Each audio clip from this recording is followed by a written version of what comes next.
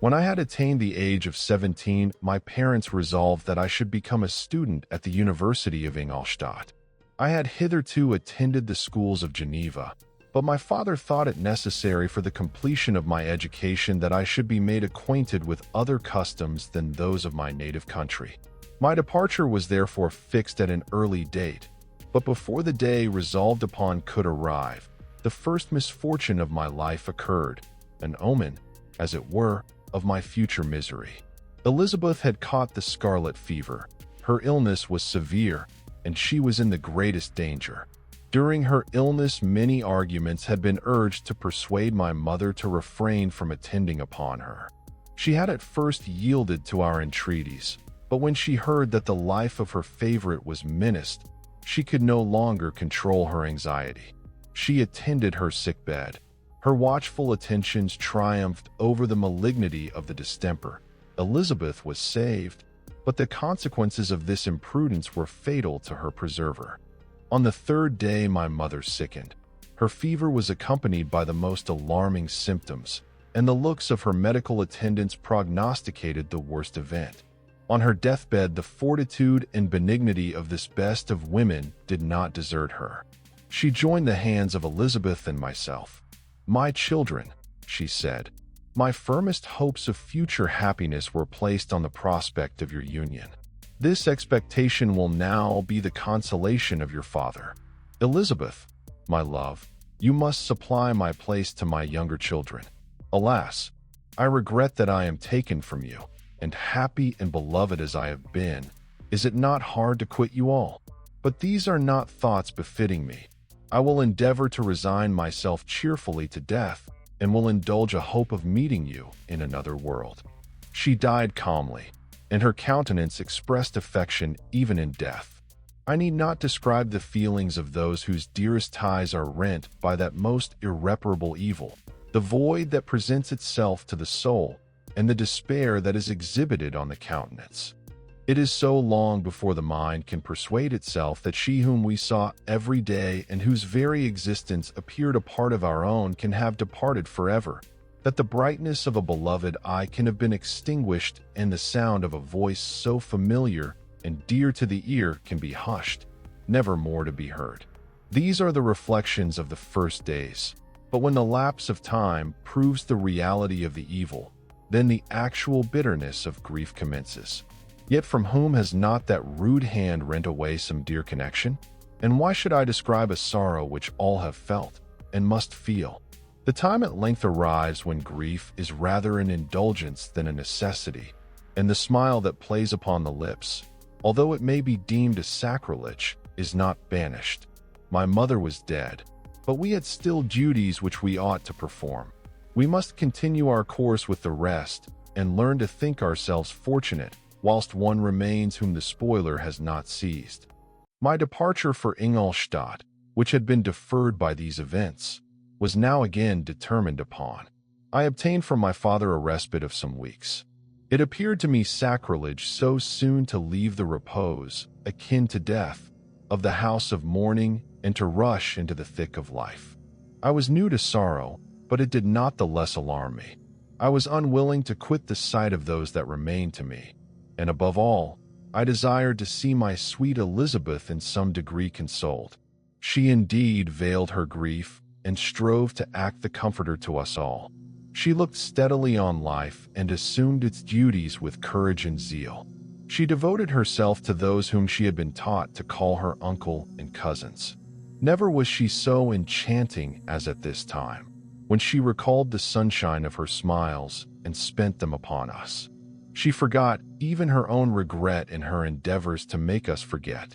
The day of my departure at length arrived. Clerval spent the last evening with us. He had endeavored to persuade his father to permit him to accompany me and to become my fellow student, but in vain. His father was a narrow-minded trader and saw idleness and ruin in the aspirations and ambition of his son. We sat late. We could not tear ourselves away from each other nor persuade ourselves to say the word farewell. It was said, and we retired under the pretense of seeking repose, each fancying that the other was deceived. But when at morning's dawn I descended to the carriage which was to convey me away, they were all there. My father again to bless me, Clerval to press my hand once more, my Elizabeth to renew her entreaties that I would write often, and to bestow the last feminine attentions on her playmate and friend. I threw myself into the chaise that was to convey me away and indulged in the most melancholy reflections. I, who had ever been surrounded by amiable companions, continually engaged in endeavoring to bestow mutual pleasure, I was now alone. In the university whither I was going, I must form my own friends and be my own protector. My life had hitherto been remarkably secluded and domestic, and this had given me invincible repugnance to new countenances. I loved my brothers, Elizabeth and Clerval. These were old familiar faces, but I believed myself totally unfitted for the company of strangers.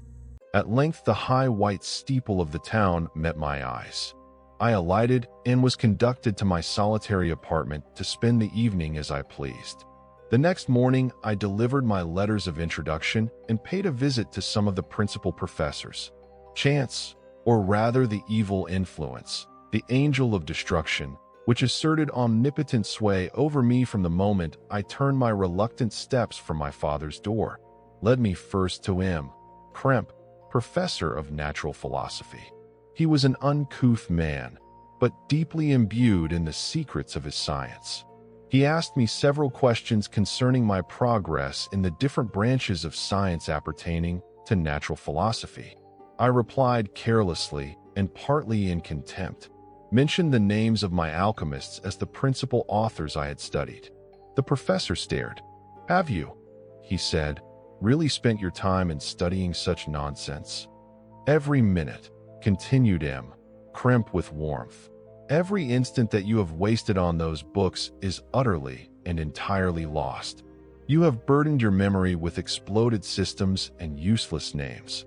Good God, in what desert land have you lived, where no one was kind enough to inform you that these fancies which you have so greedily imbibed are 1,000 years old and as musty as they are ancient?"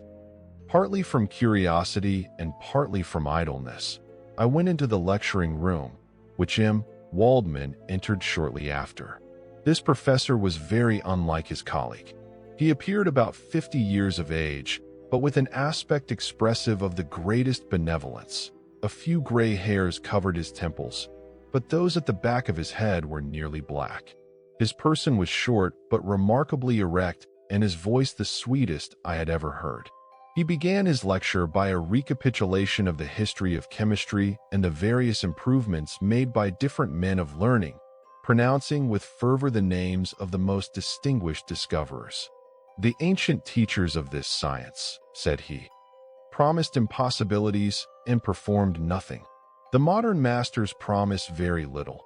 They know that metals cannot be transmuted and that the elixir of life is a chimera, but these philosophers, whose hands seem only made to dabble in dirt, and their eyes to pore over the microscope or crucible, have indeed performed miracles. They penetrate into the recesses of nature and show how she works in her hiding places. They ascend into the heavens. They have discovered how the blood circulates and the nature of the air we breathe.